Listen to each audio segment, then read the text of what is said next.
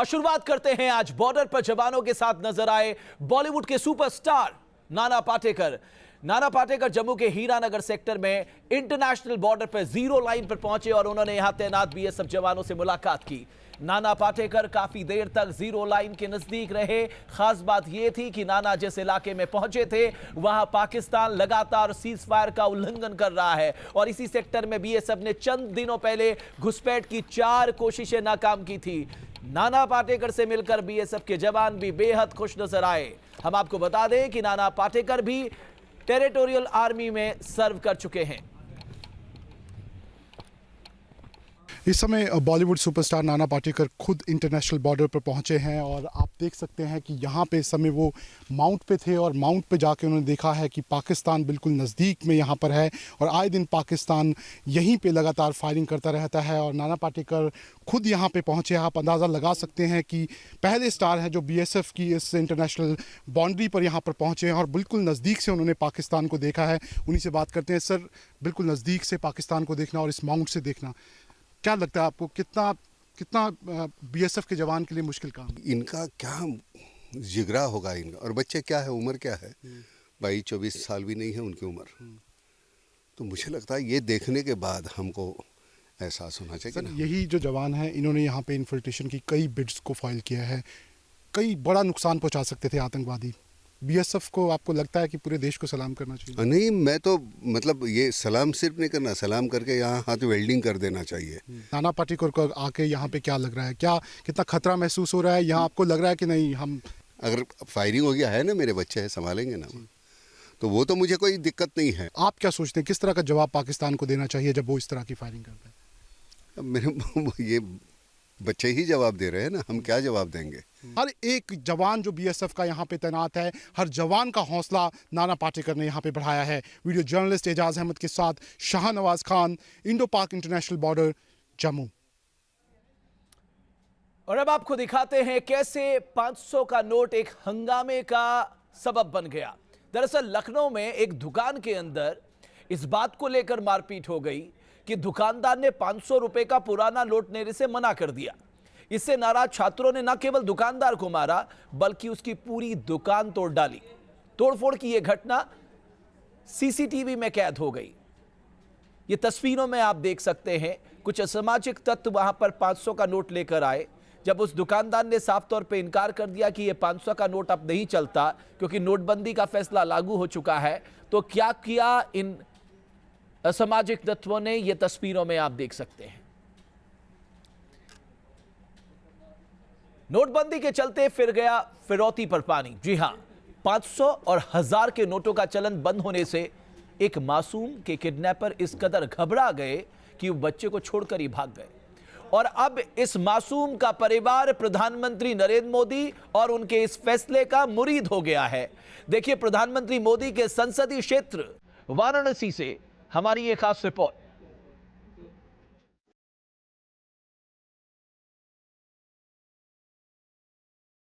मोदी जी अगर ना होते तो मेरा बेटा शायद मेरे पास ना आता।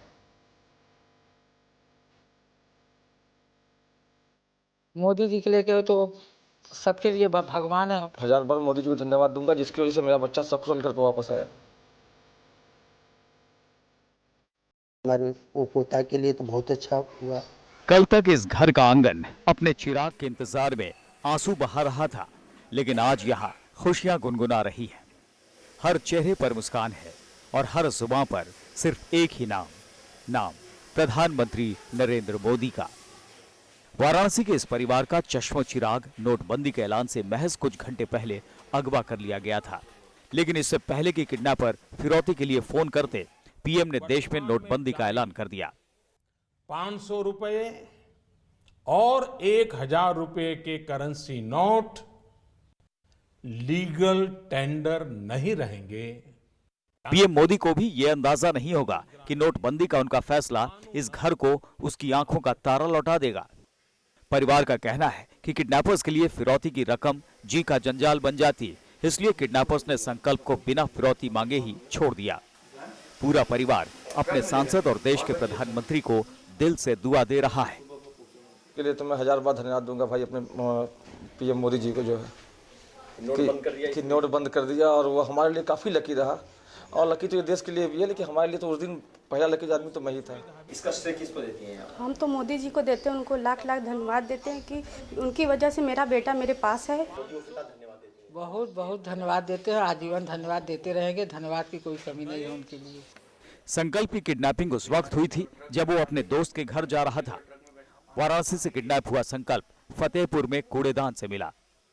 नोट बंद होने की वजह से समझिए कुछ मिलना तो है नहीं, उनकी बौखलाहट सामने थी। वो अंत में बच्चे को खाना भी नहीं खिलाया, बच्चे को कूड़े में डाल के चले गए। किसी खंडहर में था तो वहाँ पे ऐसे 5 बच्चे और थे और 4 लोग थे।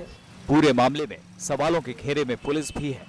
समय रहते पुलिस कार्रवाई करती तो किडनैपर्स हवालात में होते।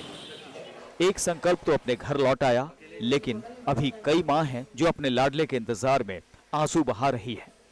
Team news nation. वाराणसी में एक मासूम अपने घर पहुंचा तो देश के दूसरे हिस्सों में भी नोटबंदी को लेकर अब माहौल और मूड बदल रहा है। दरअसल लोग समझ चुके हैं कि यह काले धन को बाहर निकालने का एक अचूक ब्रह्मास्त्र है जो प्रधानमंत्री मोदी ने चलाया है, और अब लोग एक दूसरे की मदद भी करने के लिए आगे बढ़ रहे हैं।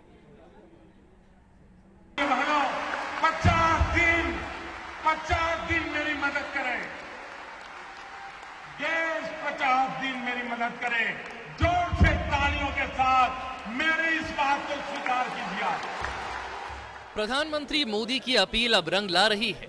मोदी ने जो सहयोग देश की जनता से मांगा था, अब उन्हें वो सहयोग बड़े पैमाने पर मिल रहा है। नोटबंदी पर देश की जनता ने अलग अलग रुख जाहिर किया है, लेकिन जनता अब पीएम को थोड़ा वक्त और देने के मूड में है। बैंकों के बदलते बर्ताव और बढ़ी हुई सुविधा से लोगों को भी राहत मिली है। गांवों में बसने वाली आबादी को भी सीधे कॉरेस्पॉन्डेंट बैंकों के जरिए कैश बांटा जा रहा है। लोगों की परेशानी कम हो सके और उसके लिए सहारा लिया जा रहा है कॉरेस्पॉन्डेंट बैंक्स का।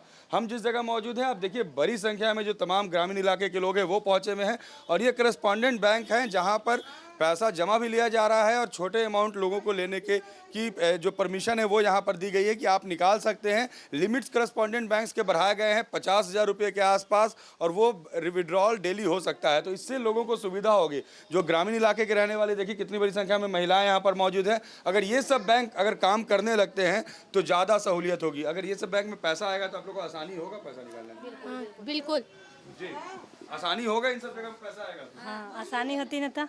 और जो मिल जाएगा 1,000 तक उसका घर का तो खर्चा चलेगा ना। बैंकों और एटीएम की कतार में धक्के खाने वाले आम मुंबईकर भी थोड़ी राहत की सांस ले रहे हैं। कैश के लिए घुटनों के बल बैठ चुकी भीड़ को बैठने के लिए अब कुर्सी नसीब हो रही है। साथ ही गला तर करने के लिए पानी के घूंट राहत पहुंचा रहे हैं। ग्राहक बहुत दूर तक एक कतार में कुर्सी पर बैठे नजर आ रहे हैं। दरअसल ये ग्राहकों को तपती धूप और लंबी लाइन में थकने से बचाने के लिए बैंक की तरफ से की गई एक कोशिश है, लेकिन लाइन इतनी ही नहीं है। दरअसल लाइन इससे भी कहीं ज़्यादा लंबी है। अगर आप दूसरी तरफ देखेंगे तो ये लाइन जो है दूसरी तरफ भी नज़र आती है, और इस लंबाई को देखते हुए ग्राहकों बैंक की ये व्यवस्था है। लखनऊ में भी लोगों पर पीएम की अपील का असर दिखा। नोट बदलने की जो राह कल तक परेशान कर रही थी, आज वो आसान लगी। नोटबंदी के बाद लोगों की परेशानियों में बेतहाशा इजाफा हुआ है, लेकिन हर बीतते दिन के साथ समस्याओं का समाधान अब लोगों की चिंता को कम कर रहा है। जनता के सहयोग से सरकार भी राहत की सांस ले रही है। Team news nation. नोटबंदी की दिक्कतों से निपटने के लिए आम जनता के साथ साथ अब वीआईपी भी तैयार नजर आ रहे हैं। लखनऊ में न्यूज़ नेशन की टीम की मुलाकात हुई यूपी सरकार के मंत्री अनुराग भदौरिया से, जो नोट बदलवाने के लिए लाइन में खड़े नजर आए। आम हो या खास, नोटबंदी की मार से कोई नहीं बच पाया है। आम नागरिक जहां परेशान है पुराने नोट को एक्सचेंज करने के लिए, अपनी रोजमर्रा की जरूरतों को पूरा करने के लिए, नया नोट हासिल करने के लिए लाइन में लग रहे हैं, वहीं यूपी सरकार के मंत्री अनुराग भदौरिया भी इस नोटबंदी की मार से नहीं बच पाए। अनुराग जी, आप भी नोट एक्सचेंज करने के लिए लाइन में लगे हैं। ये माना जाता है कि मंत्री को क्या ज़रूरत है? भाई मंत्री की भी फैमिली है, और मुझे दरअसल में 3,000 रुपये की ज़रूरत थी। तो हमारे बेटा है, बहुत छोटा है, तो उसने कहा मुझे पैसे चाहिए, हम लोग को चलना है कुछ ख़रीदने के लिए। तो घर में इनफैक्ट सही पूछा जाए तो चूँकि पत्नी ऑफिस चली जाती हैं सुबह, तो वो शाम को 6 बजे तक लौटेंगी। जब तक वो लौटेंगी तब तक यहाँ बैंक बंद हो जाती है। तो उन्होंने मुझे फ़ोन करके बोला कि वो बच्चे भी जिद कर रहे हैं और घर में सब्जी भी आनी है, तो तुम ही चले जाओ और कोई घर में है नहीं, क्योंकि हमारे पेरेंट्स आने वाले हैं गांव से। तो मैंने कहा सब्जी के लिए जल्दी जाऊं, पैसे चेंज करा के नोट ले आऊं। एज ए इंडिविजुअल किस तरह से इस फैसले को देख रहे हैं?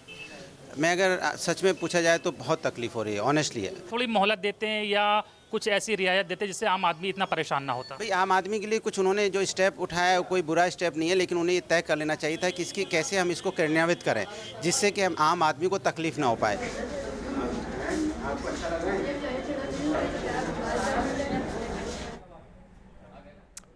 अयोध्या विवाद को सुलझाने का अब एक नया तरीका सुझाया गया है। हालांकि यह तरीका भी कोर्ट के रास्ते ही होकर जाता है। इस प्रस्ताव में अयोध्या वासियों के हस्ताक्षर कराए गए हैं और मंदिर मस्जिद को बनाने की जगह का भी सुझाव दिया गया है। बहरहाल ये मामला अभी सुप्रीम कोर्ट के सामने है। अयोध्या विवाद को सुलझाने की कई कोशिशें होती रही हैं। इस विवाद को सुलझाने की एक और कोशिश की जा रही है। अयोध्या विवाद को सुलझाने के लिए फैजाबाद मंडल आयुक्त के सामने एक नया प्रस्ताव रखा गया है। इस प्रस्ताव में विवादित जमीन पर मंदिर और मस्जिद दोनों बनाने की बात कही गई है। दावा किया जा रहा है कि याचिका पर हिंदू और मुस्लिम दोनों समुदायों के लगभग 10,502 लोगों ने हस्ताक्षर किए हैं। हाईकोर्ट के पूर्व जज पलक बसु इस पहल की अगुवाई कर रहे हैं। अयोध्या फैजाबादी के निवासियों ने प्रपत्र पर दस्तखत कर दिए हैं और वो प्रपत्र का हवाला देते हुए एक रिपोर्ट बना के हम लोगों ने कमिश्नर साहब को आज दे दी है, आयुक्त महोदय को। अब सुप्रीम कोर्ट क्या आदेश करेगी हम कह भी नहीं सकते, अंदाज भी नहीं कर सकते, हम जानते भी नहीं हैं। इस प्रस्ताव में सबसे खास बात यह है कि मंदिर और मस्जिद दोनों को बनाने की जगह का भी सुझाव दिया गया है। प्रस्ताव के मुताबिक रामलला जहां विराजमान है, राम मंदिर वहीं बनाया जाएगा। हाँ, मंदिर तो वही बनेगा जहाँ रामलला हैं और मस्जिद वहाँ बनेगा यूसुफ आरा मशीन जहाँ पर भी है। प्रस्ताव को मंडल आयुक्त को सौंप दिया गया है। अब अंतिम फैसला सुप्रीम कोर्ट को करना है। लोगों को राम मंदिर पर सुप्रीम फैसले का इंतजार है। Team news nation.